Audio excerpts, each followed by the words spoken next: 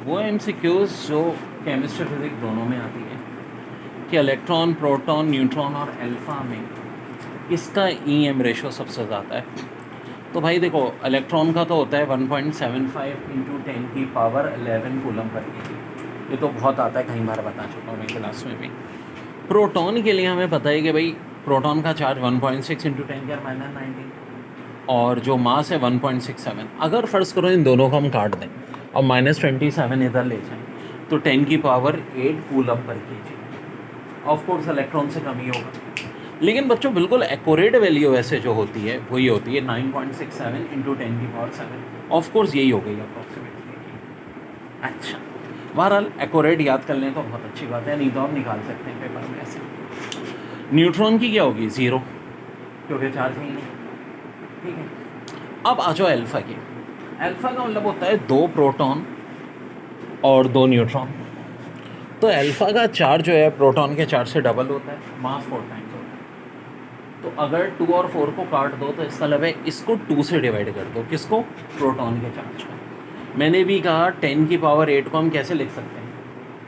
10 into 10⁻7 2 से divide कर दो तो अप्रॉक्सीमेटली ये आएगा 5 इंटू 10⁻7। वैसे एक्यूरेट वैल्यू जो अल्फ़ा की होती है ईएम, वो ये वाली होती है 4.82 इंटू 10⁻7। तो एक बात तो तय है कि सबसे ज़्यादा ईएम रेशो किसका होता है बच्चों? हमेशा इलेक्ट्रॉन का। फिर उसके बाद किसका होता है? प्रोटॉन का। और फिर अल्फ़ा का। न्यूट्रॉन का सबसे कम कितना होता है? 0 होता है। एक चीज़ और बताओ मुझे, कभी कहेंगे प्रोटॉन और अल्फ़ा का ईएम रेशो तो 2:1 हो जाएगा। अभी तो देखा है यार, प्रोटॉन का क्या होगा? डबल होगा अल्फ़ा से। ठीक है, तो अल्फ़ा से क्या होगा? डबल होगा। ठीक है, एक्यूरेट से देखो और अप्रॉक्सीमेट से देखो, दोनों सूरत में। तो प्रोटॉन और अल्फ़ा का ईएम रेशो अगर पूछें तो 2:1। और इस एमसीक्यूज़ का आंसर क्या था? इलेक्ट्रॉन। हाँ, अगर पूछें सबसे कम तो किसका होगा? ऑफ कोर्स न्यूट्रॉन का, 0, जो माइनस में तो होने से ना, तो 0 न्यूट्रॉन का। Very very important, physics chemistry दोनों में बार बार आ रही है। सवाल जो NAD Karachi university II nurse Ghulam Khan, बात ये कि हर यूनिवर्सिटी के टेस्ट में आता है। TV set having a power rating of 200 vote operate for 5 hours a day. What is the cost of electrical energy required to operate it for a period of 30 days? The rate of electrical energy is rupees 3.4 per kilowatt hour. Here power equal to 200 watt.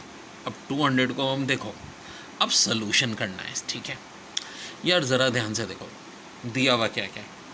Power दी हुई है 200 वाट, जो कि 5 घंटे रोज़ाना चल रही है। 5 घंटे रोज़ाना। अच्छा भाई, और कॉस्ट पूछ रहे हैं कि जब वो 30 डेज़ तक चली, यानी एक तरह से कह लो 35 सा 150 आवर्स। ठीक है, और जो रेट है वो दिया है किलोवाट आवर में। अब ये दिलचस्प बात है, पहले तो ना क्या करो, इस वाट को किलोवाट में कन्वर्ट करो। 200 वाट को 1000 से डिवाइड करने का मतलब है 0.2 किलोवाट। ठीक है, अब ओवर का मतलब है कि 0.2 को कितने ओवर है भाई? एक दिन में 5 घंटे। 0.2 को 5 से मल्टीप्लाई कर दो। अब मैं ऐसा क्यों कर रहा हूँ, फिर मेरी बात समझो। 0.2 को भाई 5 से इसलिए मल्टीप्लाई कर रहा हूँ, ध्यान से समझना मेरी बात को, कि 5 घंटे। ठीक है, 5 घंटे। तो 0.2 को ऑफकोर्स भाई मैं किससे मल्टीप्लाई करूँगा? 5 से ही करूँगा एक दिन में। यानी एक दिन में जो एनर्जी की कॉस्ट आ रही है वो आ रही है 1 किलोवाट पर आवर। ध्यान से समझो। अब कितने दिन तक चली? 30 दिन तक। तो कॉस्ट कितनी आ जाएगी भाई? 1 को मल्टीप्लाई कर दो 30 से, 30 किलोवाट आवर। आंसर आएगा 30 किलोवाट आवर। ये क्या है? Total energy loss. लेकिन आपसे ये तो नहीं पूछी, आपसे तो पूछ रहे हैं कॉस्ट। ठीक है, what is the cost of electrical energy required. तो एक फ़ायदा तो हुआ कि अब हमें पता चला है टोटल एनर्जी को कंज्यूम हुई है 30 किलोवाट आवर, और पर किलोवाट आवर का जो रिज़ल्ट है वो 3.4 है। तो करना क्या है? 30 को 3.4 से मल्टीप्लाई कर दो, आंसर हो जाएगा 102 रुपीज़। तो वेरी वेरी इंपॉर्टेंट बच्चों। अब देखो इसी जैसा एक और सवाल जो बहुत आता है, what will be cost if a TV set is run 20 hours a week. अच्छा जी, यहाँ डायरेक्ट ये दे दिया है कि 20 आवर्स वीक का है, दिन का हिसाब नहीं है, ठीक है। For the course of 4 week, यार बात तो समझ में आती है। 20 आवर्स एक वीक में, तो 4 वीक में 24 से 80 आवर्स चलेगा, ठीक है जी। TV set rate is at 200 watt और रेट है जो बिजली का वो 5 किलोवाट पर आवर है। तो देखो ये तो और सिंपल कर दिया भाइयों। अच्छा ये सवाल ना एनईडी में कहीं साल रिपीट हुआ है और मेजॉरिटी गलती करती है, इसे सॉल्व ही नहीं कर पाते सही यार। 20 आवर्स एक वीक में ना, 4 वीक हैं तो 24 कितने आवर्स बन गए मेरे बच्चों? 80 आवर्स बन गए, 80 आवर्स बन गए। अच्छा जी, अगली बारी ये हिम्मत, वो क्या 80 घंटे बन गए। अब क्या कह रहे हैं, ये जो रेट है इसका 200 वाट है। अच्छा 200 को अगर मैं कन्वर्ट करूं तो 1000 से डिवाइड करना पड़ेगा किलो वाट में ना, यहाँ भी देखो जो किलो वाट पर आवर दे रहे हैं।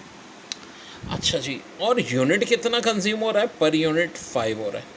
तो ये तो और आसान है यार, 200 अपॉन 1000 कन्वर्ट करें, मल्टीप्लाई करें, टोटल आवर्स कितने बन रहे हैं भाई? 80 आवर्स बन रहे हैं, और मल्टीप्लाई फिर किससे करते हैं? 5 से करते हैं। तो ये 2 0 कैंसिल, 2 5 10 कैंसिल, आंसर 80 रुपीज़। जी हाँ, इसका आंसर 80 रुपीज़ यूनिट था और मेजॉरिटी ने गलत किया था। फिर देख लो भाई ध्यान से, 20 घंटे एक वीक में, तो 4 वीक में कितने हो गए? 80 घंटे। रेट कितना है? 5 किलो वाट आवर का, और वाट 200 दिए हैं, ठीक है।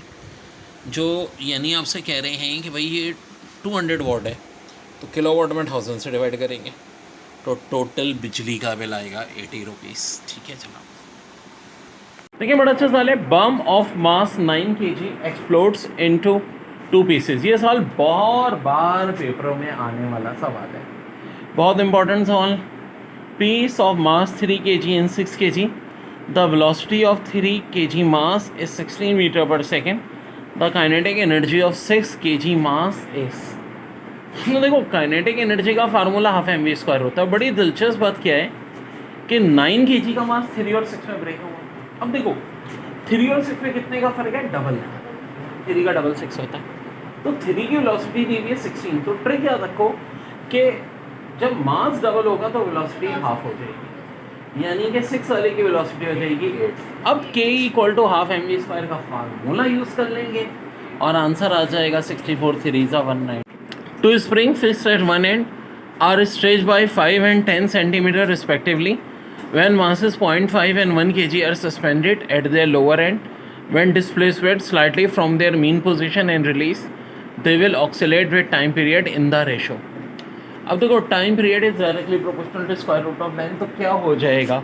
5 और 10 का रेशो जाहिर है 1:2 होता है, तो इसका मतलब है टाइम पीरियड का भी रेशो क्या हो जाएगा? 1:√2, और यही हमारा आंसर आ जाएगा। 1 erg is equal to how many joules? तो होता है 10⁻⁻7 जूल्स। एनर्जी पल्सेस by stretch spring is potential जी 25,000 watt power is equal to 2.5 kilo watt, 25 joule 50 घोड़े की ताकत या 33.5 घोड़े की ताकत। तो एक घोड़े की ताकत 746 वाट होती है, ठीक है जी, गधे की नहीं बताई गई यहाँ पे। तो ये दो ऑप्शन तो नहीं हो सकते भाई। 25,000 वाट जो है वो 25 किलो वाट के इक्वल हो सकता है, क्योंकि 1 किलो वाट में 1000 वाट हो सकते हैं। जूल्स के साथ भी 25 जूल भी नहीं हो सकता। अब इन दो ऑप्शन में से आखिर कौन सा होगा? तो यार एक बात सुनो, 1 हॉर्स पावर 746 वाट के बराबर होता है, 10 हॉर्स पावर क्या हो जाएंगे? 7460। बड़ा आसान होता है ना, ज़ीरो बढ़ा दो। तो अब यहाँ कितने हो रहे हैं? 25,000, ठीक है। अब अगर ये आप इसको नज़रअंदाज कर दो, 7,000 भी मान लो, लेट्स सपोज, ठीक है। 7,000 को 3 से मल्टीप्लाई करते हैं 21,000 होता है। अगर 8,000 होता तो 28,000 आता, यानी कि रिजल्ट जो है वो या तो 3 या 4 की दरमियान में मल्टीप्लिकेशन है। तो ऑब्वियसली बात है आंसर क्या होगा? 33.5, क्योंकि देखो 50 से तो होने से रहा, 50 तो बहुत ज़्यादा हो जाता। 50 का मतलब है 5 से मल्टीप्लाई करते हैं। अब 7 5 से 35 होता है, वैसे भी 7460 वो कुछ 39,000 वाट होता है, जबकि कितना दिया है? 25,000 वाट। तो इस तरह तरकीब से फ़ौरन जज कर लो कि आंसर 33.5 हॉर्स